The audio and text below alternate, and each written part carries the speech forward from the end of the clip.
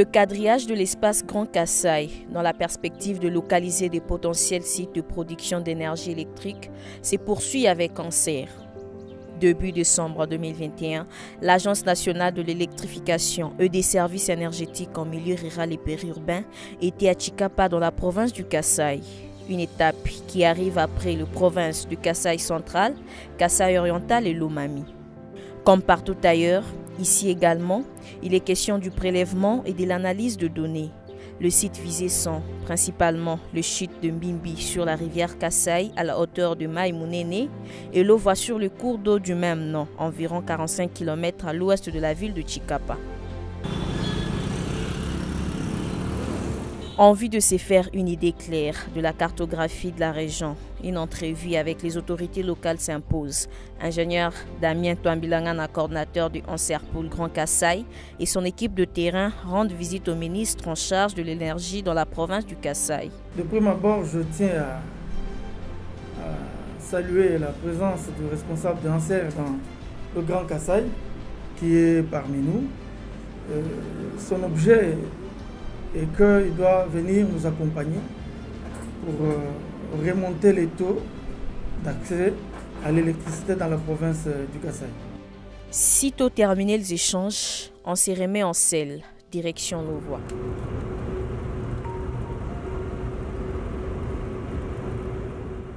La caravane reçoit de la population un chaleureux accueil. Non, le site il est exceptionnel, c'est l'un des merveilleux sites que moi j'ai vus. Parce que vous avez, il y a une double chute et les mesures qu'on vient d'effectuer nous montrent une dénivellation de plus ou moins 10 mètres. Et à vue d'œil, on voit bien que c'est un débit de plus ou moins 40 mètres cubes par seconde. Et donc on a bien 5 mégawatts naturellement sans construire un barrage. Mais si maintenant, en plus, on fait un barrage, on peut vraiment doubler en fait le potentiel. Donc c'est un site très intéressant. Nous avons roulé 45 km pour arriver ici de Chikapa, mais en fait, à vol d'oiseau, c'est plus ou moins 20 km. Donc, c'est aussi un site idéal pour la ville de Chikapa. La chute sur la rivière Louvois a déjà été l'objet de maintes visites de différentes structures et organisations. La dernière en date remonterait à l'année 2016, mais toujours pas de feedback. Cette fois-ci serait la bonne, espère le riverain de Louvois. Ils ont visiblement hâte de voir leur chute, qu'ils nomment affectueusement Love, accouchée d'une centrale qui leur apporte de l'électricité. Ingénieur Papa Thomas, français, monsieur Emmanuel. Téné, c'est à Maïmounene que Anser se retrouve nez à nez avec la manne.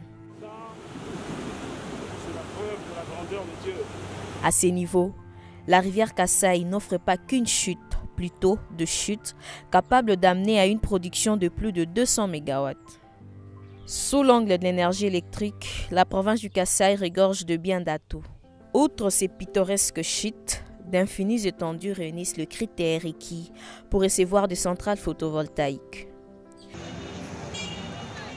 Quiconque aurait visité Chikapa by night serait tenté d'affirmer que c'est parmi les villes les plus éclairées de la République démocratique du Congo. Sans nul doute, la société EDC, Électricité du Congo, une entreprise à capital privé qui s'est installée dans la zone, fournit du courant électrique à la ville de Chikapa.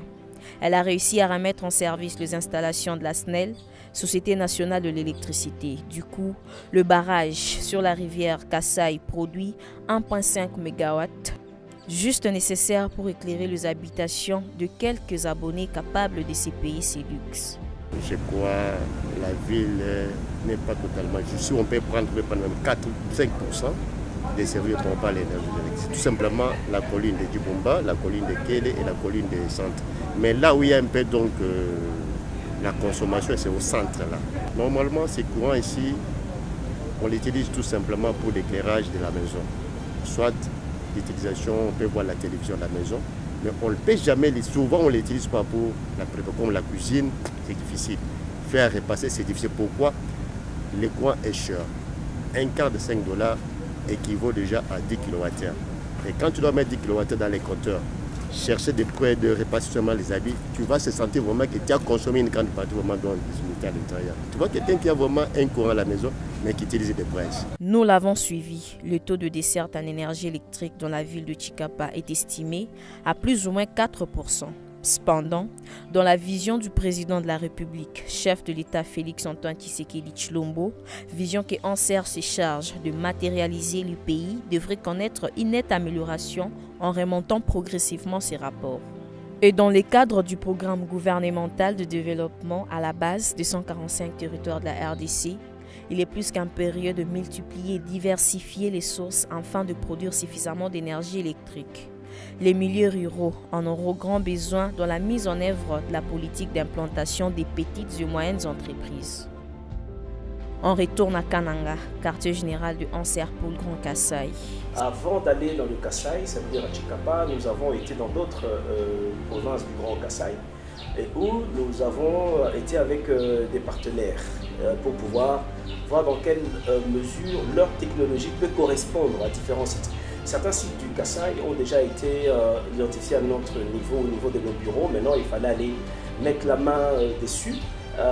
C'est des sites qui sont favorables à certaines technologies. Par exemple, le site de Lovois est très favorable, par exemple, à la technologie MyHydro, avec laquelle nous avons été déjà au Gandajika, Moneditu, et puis nous avons été sur la Loubi avec MyHydro, où il y a déjà des études qui se font par rapport à ça. C'est une technologie d'hydroélectricité vraiment qui correspond parfaitement aux réalités ou aux données que nous avons vues sur la Lovois. Et notre démarche à nous, c'est déjà d'intéresser MyHydro pour voir est-ce qu'il n'est pas possible de revenir sur ce site avec, et surtout que Tshikapa a quand même de la demande, et même au-delà de Tshikapa, il y a vraiment de la demande, et ça intéresse beaucoup les investisseurs. Maintenant, Maïmounene, il faut que les gens sachent qu'il y a même déjà une concession existante sur ce site-là. Et cette concession-là, si vous la lisez, ce sont des Congolais. Hein, ce sont nos frères congolais qui ont pu avoir la concession au niveau de Maïmounene, mais c'est des frères congolais qui ont aussi leurs partenaires à eux. Donc là, par exemple, il est juste question que nous puissions maintenant aller nous renseigner pour voir où étaient les limites de ce contrat que cette société a signé avec l'État congolais et qu'est-ce qui est possible de faire pour pouvoir relancer ce contrat. Est-ce que ce sont des partenaires qui se sont fatigués? Est-ce qu'il y a eu certaines faiblesses? Mais maintenant, notre mission à nous, effectivement, c'est d'aller rencontrer ces frères congolais, la société, voir leurs partenaires et se poser la question, alors c'est où qu'il y a eu le blocage? Et maintenant, pour qu'en Anser, à notre niveau, puissions voir comment est-ce qu'il est possible de pouvoir les appuyer. Et maintenant, pour les autres partenaires, nous encourageons énormément nos frères congolais à ce que chaque fois qu'il y a un partenaire étranger qui vient, il faut impérativement que les capitaux aussi congolais soient concernés. Nous encourageons les frères kassaïens, les hommes d'affaires, ceux de la FEC, de pouvoir s'intéresser à ce que nous sommes en train de faire.